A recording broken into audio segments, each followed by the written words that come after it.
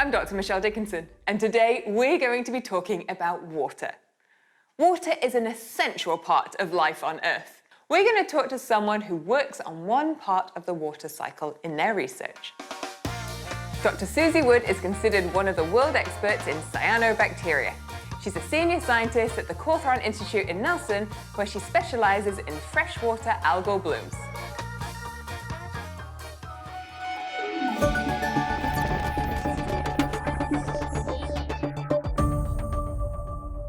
Hi Susie, how are you?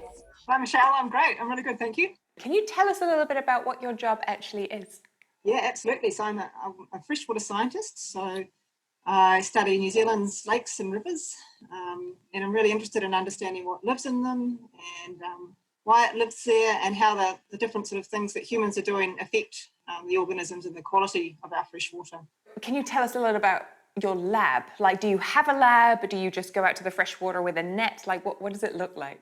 Yeah, so one of the major projects that we're working on at the moment is we're trying to collect samples from and understand 10% of New Zealand's lakes. So in New Zealand, we have 3,800 lakes.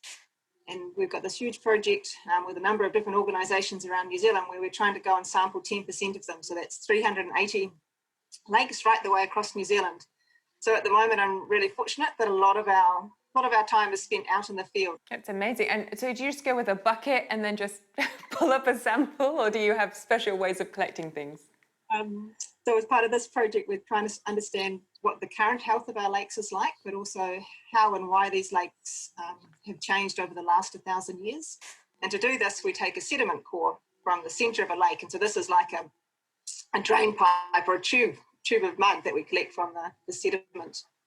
And year by year, sediment is laid down into a lake, and it's like a storybook, if you like, back in time. And we can analyse those different layers of sediment to look at what lived in the lake, what lived around the lake, and how and why water quality has changed. And so how healthy are our lakes, and are they changing, and if so, what's causing that?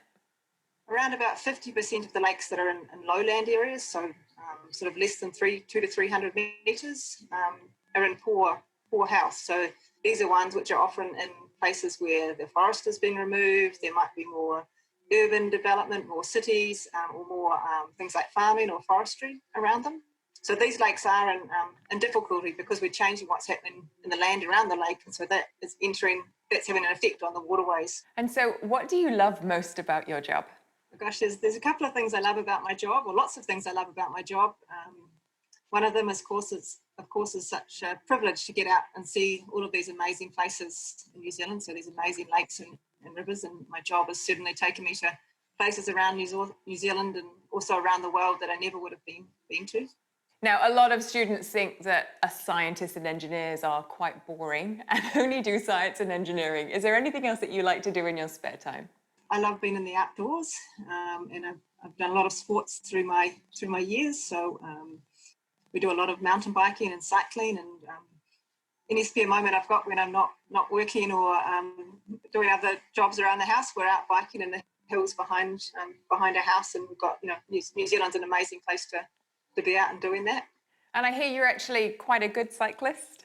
Yeah, I did used to cycle for New Zealand, so we used to do a lot of road racing and represented New Zealand in the Commonwealth Games and raced with New Zealand teams, some really amazing women that I got to race with over in Europe and America. And yeah, so it was a neat way to combine doing sport as well as doing my study when I was going through university. Susie, that was fascinating. Thank you so much for your time today. No worries, thank you.